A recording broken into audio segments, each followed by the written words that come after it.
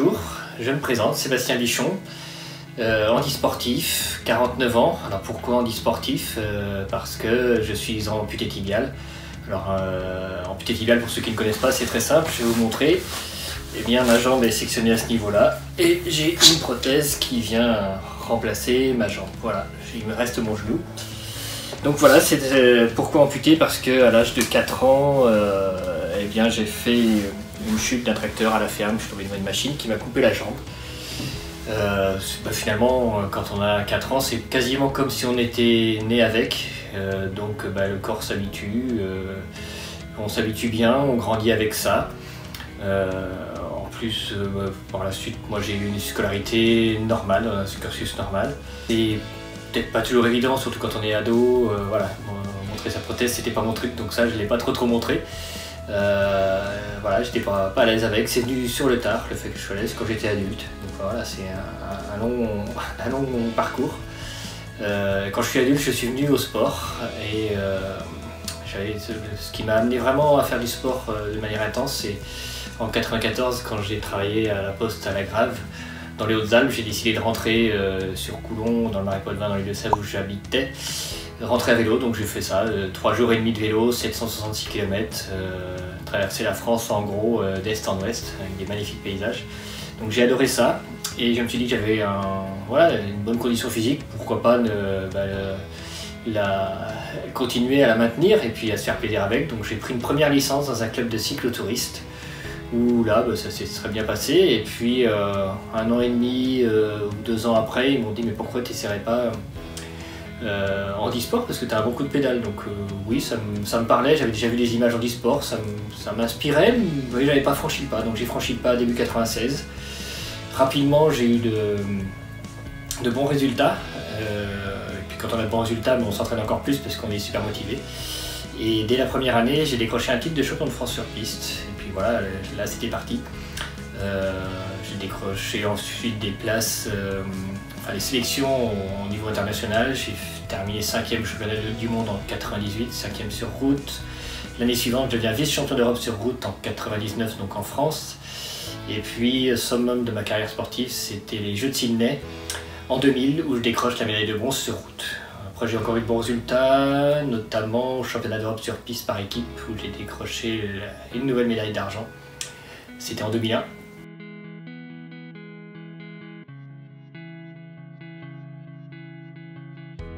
2018, avec un ami, Julien Virouleau, on a décidé de créer une association We Are Diversity Madventure, qui a pour objectif de sensibiliser sur le fait que quand on met nos différences en commun, on peut réussir de très belles choses. Et voilà, on a tous tout à faire ensemble, et on a décidé de le faire à travers un défi sportif annuel. Donc le premier défi sportif a eu lieu en 2019. C'était faire l'ascension du Mont Blanc avec des personnes issues de toute forme de diversité, que ce soit âge, taille, couleur de peau, religion, etc. Et on a emmené une équipe de 8 personnes et tout le monde a réussi. Donc ça, c'était un merveilleux moment. Et voilà, c'est des expériences comme ça qui amènent un bonheur supplémentaire dans la pratique du sport.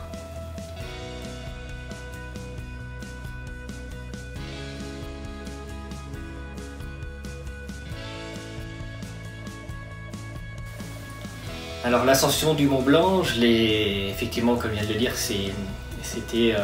on l'a fait avec une équipe en 2019, mais pour moi ma première expérience remonte à 2016. En 2016, j'ai fait une première ascension du Mont Blanc avec 2 frères et un ami, avec une prothèse, je dirais, basique. Donc j'ai souffert à la montée, j'ai souffert à la descente. C'est passé, je me suis pas blessé, mais c'était vraiment pas confortable et j'ai vraiment eu mal parce que la prothèse n'était pas adaptée pour ça. Donc en 2019, quand on a fait la nouvelle ascension avec l'équipe We Are Diversity Madventure, eh bien, j'ai demandé à la Garrigue de m'aider et de pouvoir concevoir une prothèse qui serait mieux adaptée à l'ascension du Mont Blanc. Donc ils ont beaucoup bossé, c'est Diego qui l'a mise au point.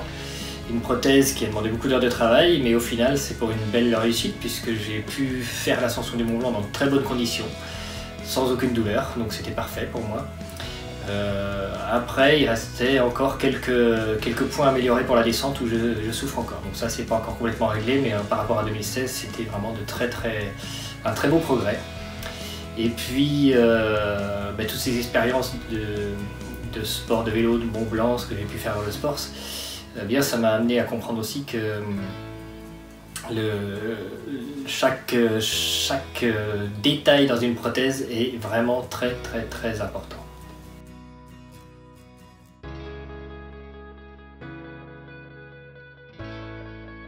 Alors, quand je parle de l'ascension du Mont Blanc, réalisée en 2019 dans de très bonnes conditions, en tout cas nettement meilleure que ce que j'ai pu vivre en 2016, c'est vraiment le rôle du prothésiste, c'est l'échange qu'on a, l'interaction, nos échanges et les écoutes respectives qu'on peut avoir, aussi bien de l'orthoprothésiste envers le patient que le patient envers l'orthoprothésiste, parce que voilà, chacun apporte sa pierre à l'édifice pour construire quelque chose de chouette.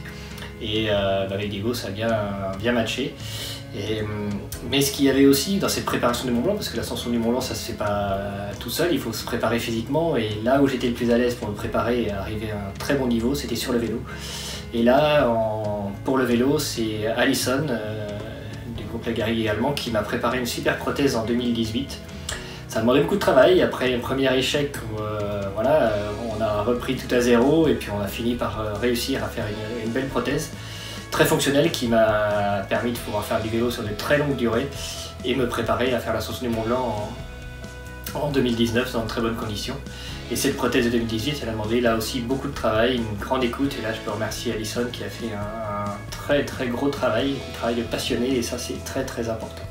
Si mon orthoprothésiste n'est pas passionné par ce qu'il fait, c'est beaucoup moins fluide et on n'arrive pas d'aussi bons résultats. Donc je peux remercier très chaleureusement Alison et Diego pour tout le travail qu'ils ont pu faire.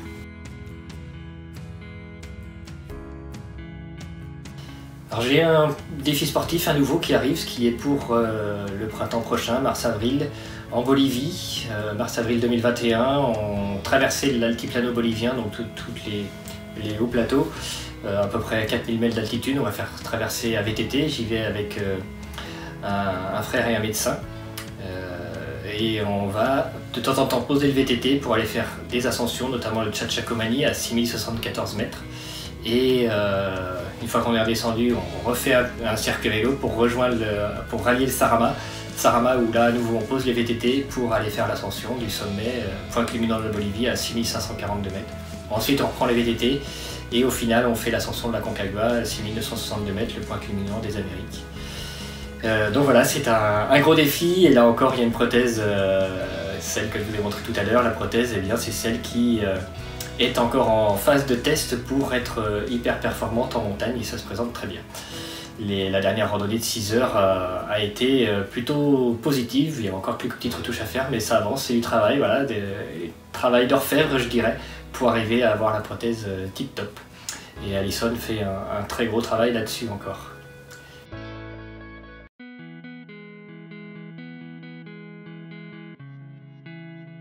Eh ben moi je dirais vas-y fonce, il faut pas se poser de questions, hein. C'est pas parce qu'on a des limitations physiques que le sport c'est interdit pour nous, bien au contraire il faut y aller, ça nous apporte beaucoup, ça nous apporte un bien-être dans le corps, un bien-être dans la tête parce que ça va avec, et puis surtout beaucoup de plaisir. À partir du moment qu'on trouve le plaisir à faire du sport, il faut y aller, il faut en faire et continuer.